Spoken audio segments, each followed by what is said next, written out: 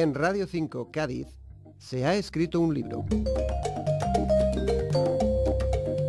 El misterio que rodea, después de 40 años, el asesinato de Pier Paolo Pasolini es el punto de partida de Pasolini o La noche de las luciérnagas, la última novela del abulense afincado en el puerto de Santa María, José María García López.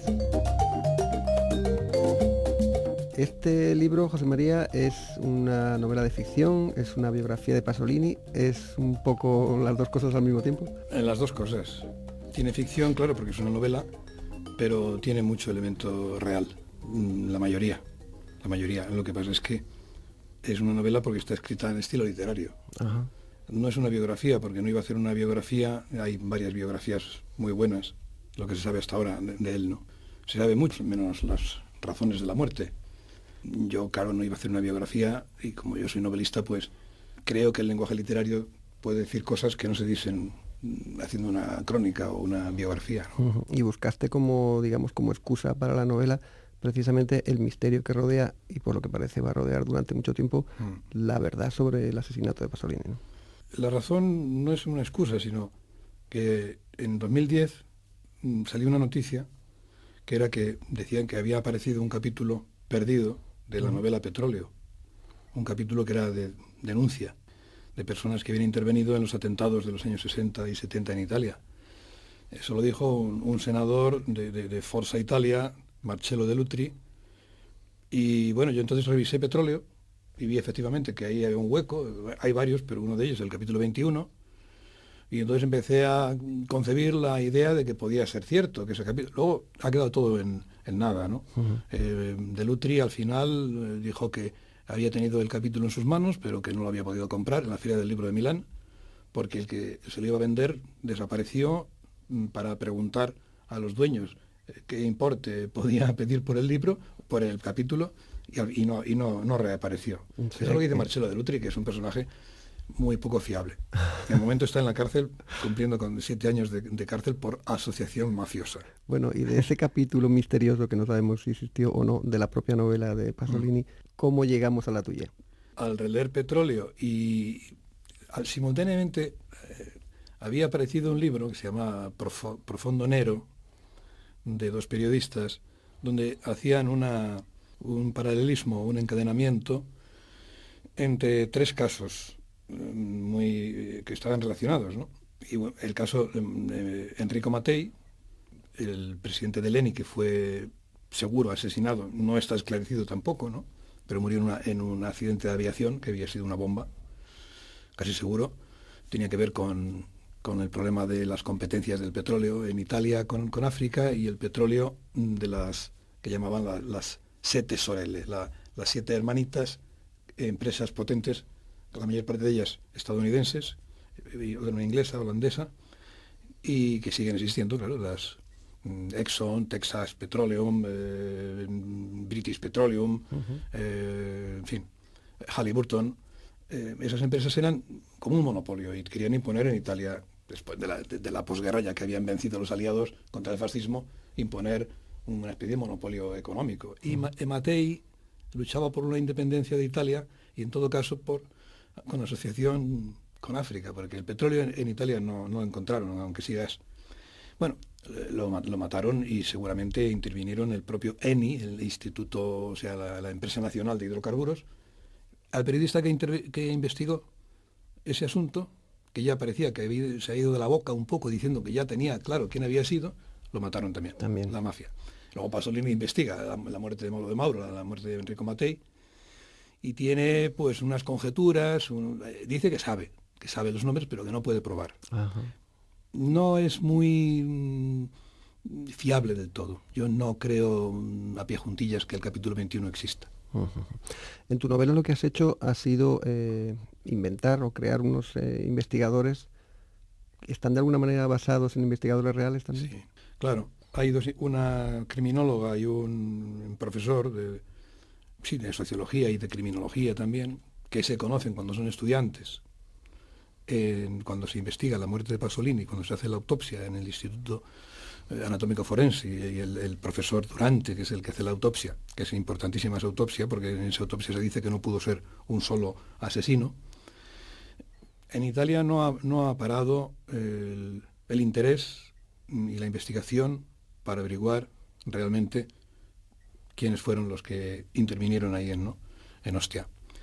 Y claro, es un trasunto de varios que tienen nombre y apellidos y se nombran en el libro, ¿no? Porque realmente yo me he aprovechado de investigaciones hasta hace muy poco tiempo, ¿no? Yo empecé en el año 10, ese Profondo Nero había salido en 2009 y luego en 2012 hay también un libro de una criminóloga, Simona Ruffini, un abogado que es Stefano Maccioni, que lleva el caso Pasolini, porque hay varias instancias, solicitudes de reapertura del caso, ¿no? Uh-huh. Una es de un sobrino suyo que se llama Guido Mazón, que es trompetista de jazz, y Pierpaolo le regaló una trompeta cuando era un niño y conservó siempre una fidelidad, porque dijo, tienes una trompeta de lata, ¿no? Me dio dinero y cómprate una buena trompeta. Y se compró una trompeta y entonces ha denunciado el caso. También no lo han hecho sus familiares más íntimos, sobre todo su prima, que es la heredera universal, Graziella Chiarcosi, porque estaban desesperados de que realmente vaya a haber en Italia un interés serio por investigar a fondo. Parece mentira, ¿no? Con una figura tan importante, al fin y al cabo, como fue Pasolini, sí. Y que se quiera de alguna manera barrer. Sí, efectivamente, parece raro, incluso cuando en 2010 el exalcalde de Roma, Walter Veltroni, escribió una carta pública al ministro de Justicia, que el ministro de Justicia era un delfín de Berlusconi, por lo tanto estaba en la misma onda política que Berlusconi y Marcello Dell'Utri, que son los fundadores de Forza Italia. Sin embargo, respondió el ministro de Justicia, Angelino Alfano, diciendo que era verdad, que era una vergüenza y que era un delito nacional y que Pasolini era uno de los intelectuales más importantes de Italia y que con la investigación moderna se podía y se debía llegar hasta el fondo, ¿no? Entonces le insta al fiscal general de la República a que se abra el caso. El caso no se abre, se recibe, se acepta y se mantiene una especie de silencio administrativo, ¿no? El año pasado, en 2014, en diciembre, la última noticia que yo tengo, que se presentaron 1000 firmas para que se abra el caso, ¿no? Porque también Maccioni presentó un recurso, ¿no? Se ha abierto varias veces en el tiempo, ¿no? Pero siempre se dio carpetazo y se reafirmó siempre que había sido Pino Pelosi. Uh-huh. Incluso el juez del primer proceso dice, en colaboración con desconocidos. Cuando se hace un recurso ante un tribunal superior, borran eso. Esas palabras, o con desconocidos, desaparecen. Ya no se vuelve a decir nunca en las sentencias, que hay un montón de ellas, porque se ha apelado muchas veces. Lo que pasa es que la familia renunció a querellarse personalmente. Suponían que, tirando del hilo, Pino Pelosi iba a hablar. Claro. Pino Pelosi no habla, aunque ha hablado y ha escrito 2 libros, pero no dice la verdad en los libros. Porque algunos están vivos, posiblemente. Uh-huh. Estamos topando con demasiadas fuerzas y demasiado poderosas. Claro, claro. Hay miedo. Y luego, desde el punto de vista de la conexión industrial, política, pues los herederos, como pasa muchas veces, son los hijos, son los descendientes, en fin, los nombres se repiten, los apellidos se repiten en la política. Bueno, y el Pierpaolo Pasolini que aparece en tu novela, ¿en qué te has querido centrar especialmente en la personalidad de Pasolini en esta novela? Bueno, en general en todo, ¿no? He intentado ser exhaustivo, pero hay una cosa que es un núcleo novelesco interesante y para mí apasionante y muy literario, y es el complejo de culpa. Ajá. El complejo de culpa viene por 2 lados. Es muy freudiano todo esto, ¿no? Porque él cuando era niño tenía por su madre, y luego siempre lo tuvo, una adoración. La relación con su padre fue muy conflictiva.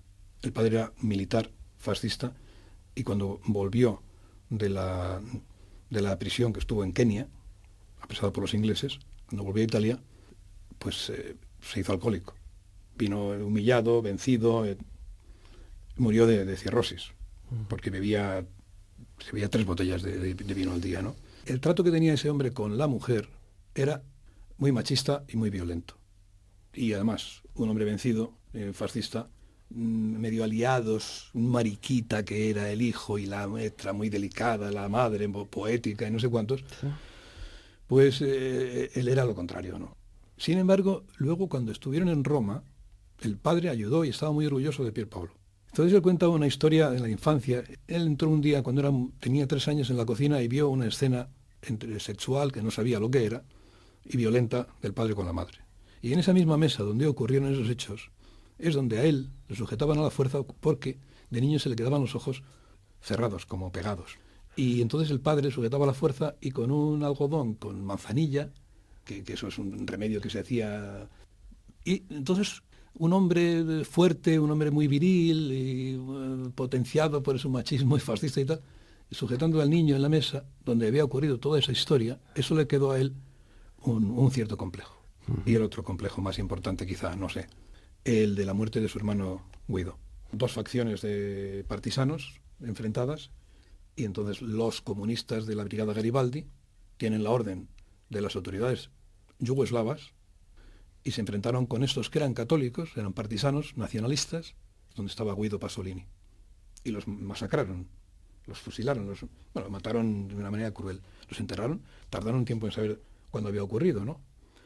Y esa brigada Osopo, donde estaba afiliado Guido, posiblemente en gran medida la ideología comunista, antifascista, antinazi, era Pasolini, Pierpaolo, el que seguramente lo había insuflado en el espíritu de como siempre pasa.